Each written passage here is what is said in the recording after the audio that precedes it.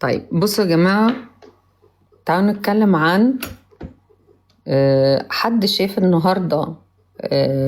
شفتوا البنت اللي من غزة الجميلة القمر الصغنونة. أنا مش هتكلم في سياسة، بس هتكلم في حاجة واحدة. شفتوا إنه الإنسان ممكن المشاعر تخليه يعني يبقى لبق إزاي؟ إيه رأيكم؟ شفتوا المشاعر ممكن تخلي الإنسان توكتيف إزاي؟ شفتوا؟ إيه رأيكم؟ أمل، انتي جارتي فين يا حبيبتي؟ فين؟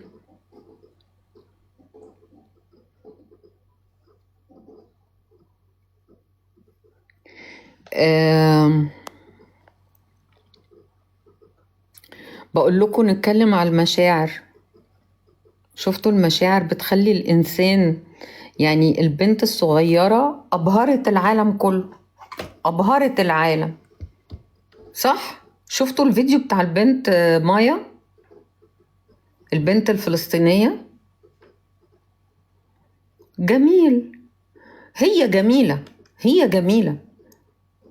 الكلام بيطلع يا جماعة من الأطفال دي، يعني الكبار ما بيعرفوش، يعني الكبار اللي هم مش في فلسطين أو غزة ما بيعرفوش يقولوا الكلام ده، عشان هي بتقوله من قلبها. ثانك يو ماريا.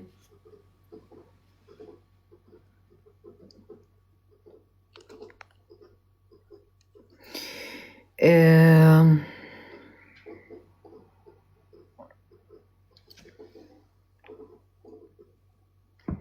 إيه أتكلم عن إيه؟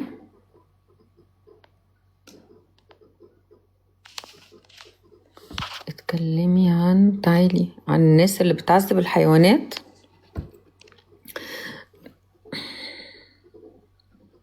يعني دول هتقولي لهم إيه؟ دول هتقولي لهم إيه؟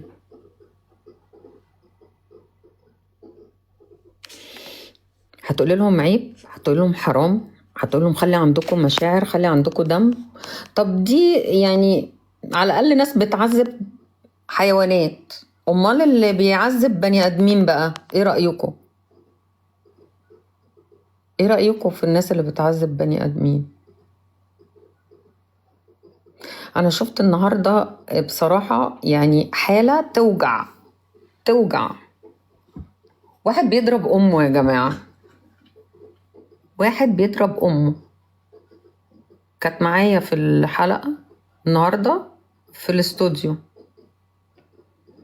ست طيبة، مش وش بهدلة، وابنها دكتور في جامعة وبياخد فلوسها واخد بيوتها،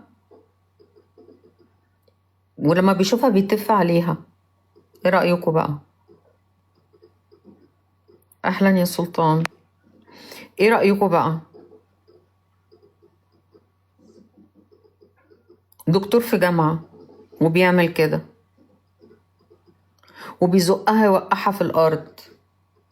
ايه رأيكم؟ ويقعد بالليل يخوفها وهو ساكن فوقها، يقعدوا يخبطوا على الباب وتفتح ما تلاقيش حد وهي عايشة لوحدها. اللي بتقولي لي اتكلمي عن الناس اللي بتعذب الحيوانات، امال اللي بيعذبوا البني ادمين بقى تقولي لهم ايه؟ حسبي الله ونعم الوكيل فعلا.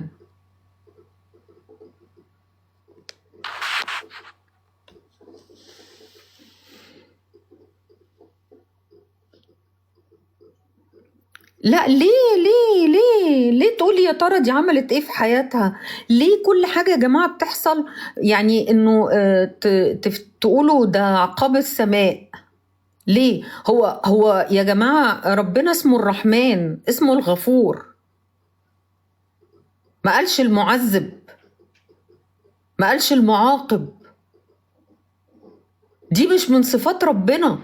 هو ربنا مش جايبنا عشان يعذبنا. انتوا ليه بتعملوا كده؟ ليه بتستخدموا الدين غلط؟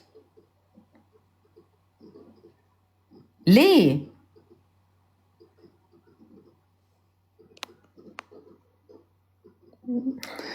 شكرا يا ماريا. ايه اللي يا ترى عملت ايه؟ واحدة ست ابنها بيتف عليها وبيضربها واخد الورث بتاعها وبيخوفها، يعني ايه يا ترى عملت ايه؟ ايه التعليق العجيب ده؟ تلاقيه مدمن؟ ممكن على فكرة، احتمال، بس ما حدش يقول لي يا ترى عملت ايه يعني. حاجة غريبة قوي. كل حاجة في الحياة ربطنها بانه يا ترى ده عقاب ربنا، ده هو ربنا قاعد جايبنا في الدنيا عشان يقعد يعاقبنا؟ ليه بتقولوا كده؟ ده ربنا غفور رحيم، ده ربنا الرحمن. ايه ده؟ لا بتعصب علشان اللي بيتكلم باسم الدين ومش اهل للدين ما يفتيش. ما تفتوش، الله يخليكم ما تفتوش في الدين. انا وانتوا ليس اهل للدين عشان نتكلم فيه، سيبوا الدين لاهل الدين. الله.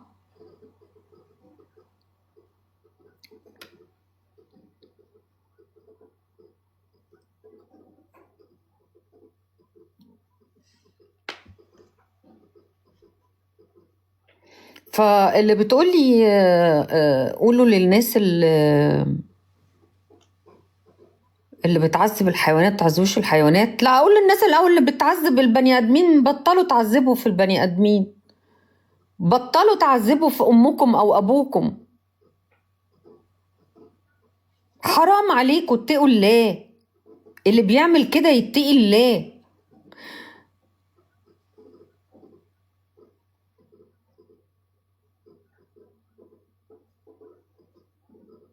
اطلعي بره يا منار، اطلعي بره. انتي اللي ما تتحشريش في اللي مالكيش فيه. وقلت لكم قبل كده اللي يدخل عندي يدخل بأدب، اللي هيسيء الأدب هطلعه بره.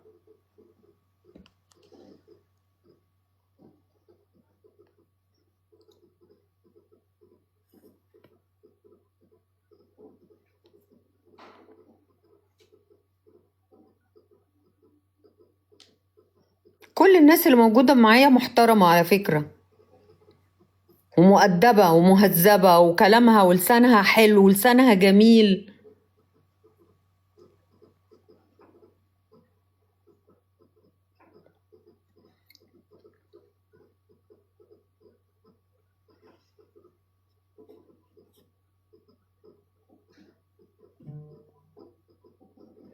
أيوة طبعا تعليقها سخيف.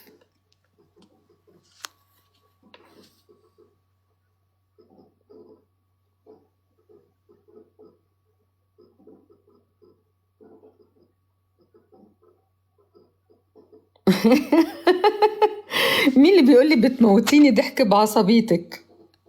مين اللي بعت لي دبدوب؟ لحظة واحدة، مش عارفة راحت.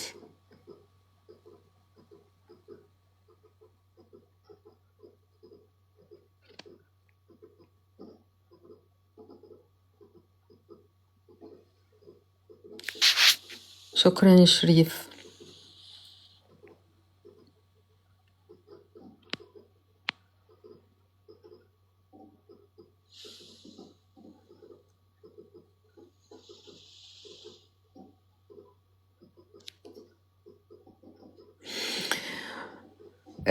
بصوا يا جماعة، أنا عايزة أقول لكم حاجة تعقيب يعني على موضوع الناس اللي بتعذب أمها أو أبوها. دول بيبقوا يعني سبحان الله، ربنا بيقول ختم الله على قلوبهم وعلى سمعهم وعلى أبصارهم غشاوة. فده بيبقى ختم على القلب كده كده، وفوقيه ختم تاني وفوقيه ختم تاني. فهو لما بيجي يعمل كده هو مش حاسس من كتر يعني ان هو اتبلد احساسه، هو مش حاسس ان هو بيعمل ايه. يا اما فعلا في حد دلوقتي قال انه ممكن يكون بيشرب حاجة، بيتعاطى حاجة. طبعا يا جماعة، في 2 من حاجتين من المخدرات سمعت عليهم، دول مضيعين الشباب.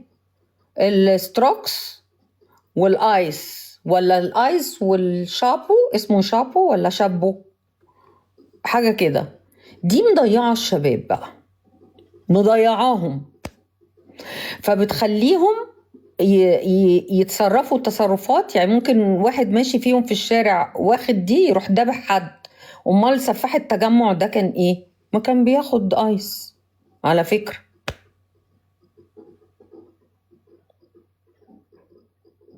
خلي بالكم من نفسكم، وخلي بالكم من أولادكم، وكل واحد يبر أبوه وأمه، لأن دول اللي هيجيبوا لكم الرزق والخير.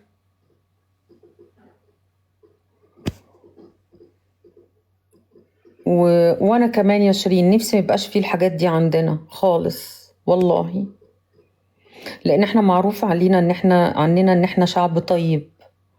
مصر شعب طيب. ازاي يحصل كده؟ أنا مش عارفة. ولا ده أنا بيجيلي حالات بشوف العجب.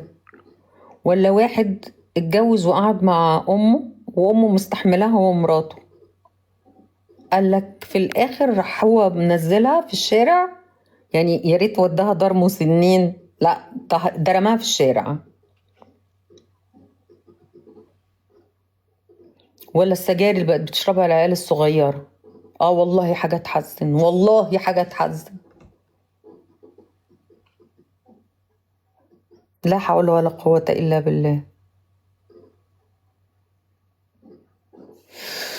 تحيا مصر والمصريين من سوريا، تحيا سوريا والسوريين يا ستي. معرفش بيجيبوا قسوة القلب دي منين. ده على فكرة ده بيبقى يعني ربنا سبحانه وتعالى بيدي فرص للبني آدم في حاجات كتير لحد ما يجي يقول له تعالى بقى. مش لازم يكون انه ربنا سبحانه وتعالى يكون مثلا بيحاسبه بحاجة انه يعاقبه بيها. لا، انا بشوف انه اللي بيسيء لابوه وامه ده عقاب ليه، لانه خسر رضاهم وخسر الجنة والرزق اللي بيجوا من تحت رجليهم. ليه يا هاجر بتخافي من الناس والشارع؟ لا لا لا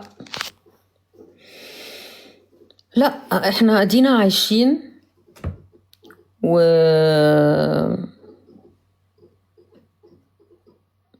وبلدنا حلوة وجميلة، واحنا احسن من غيرنا كتير. مش فلة شمعة منورة وعندنا حاجات كتير، بس يعني احسن من غيرنا.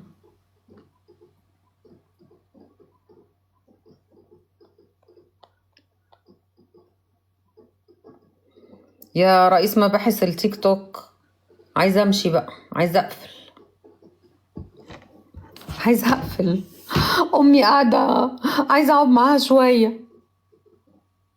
ساعات بيكون عقوق الابناء بسبب عقوق الاهل على امهم وابوهم، مش دايما، ويمكن معرفش، مش عارف.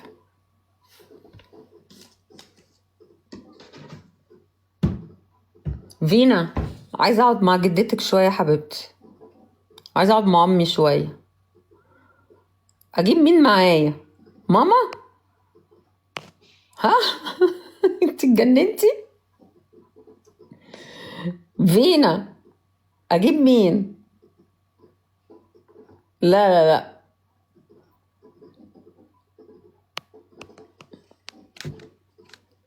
انا بقى بموت في امي يا جماعة، امي وابويا. مش هعرف احكي لكم قد ايه بحبهم، والله العظيم ما هعرف اقول لكم اللي في قلبي ده قد ايه. ما شاء الله.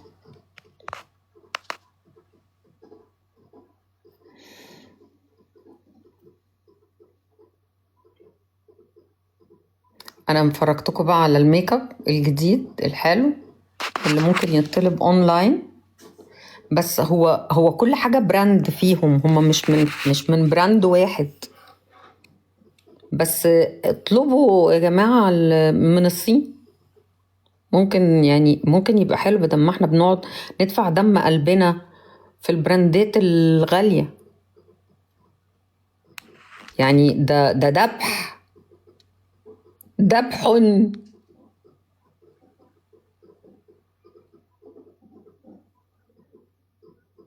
شكرا محمد. تطلبوا ازاي؟ هسأل خديجة، مش عارفة. خديجة بكرة هكلمها اقول لها ثانك يو على الحاجة اللي بعتتها لي.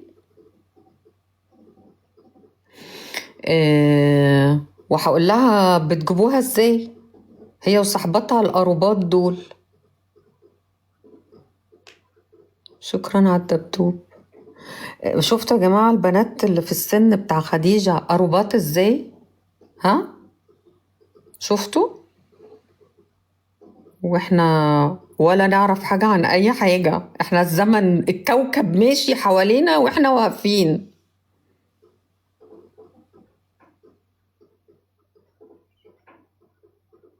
انا جعانة، جعانة دلوقتي. هي الساعة كام؟ الساعة كتير. اكل ايه خفيف؟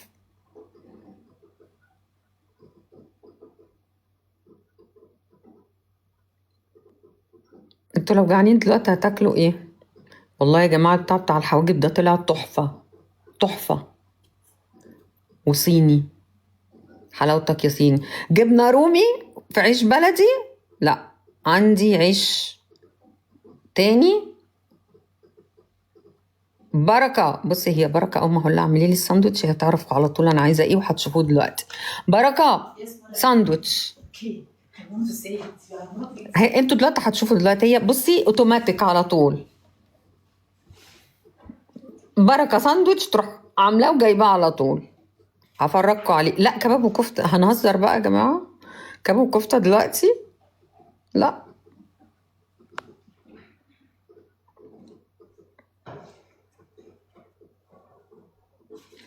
يلا يا بركة أنا جعانة. ما هو هيبقى ساندوتش جبنة أكيد، عشان أنا من عاشقات الجبنة.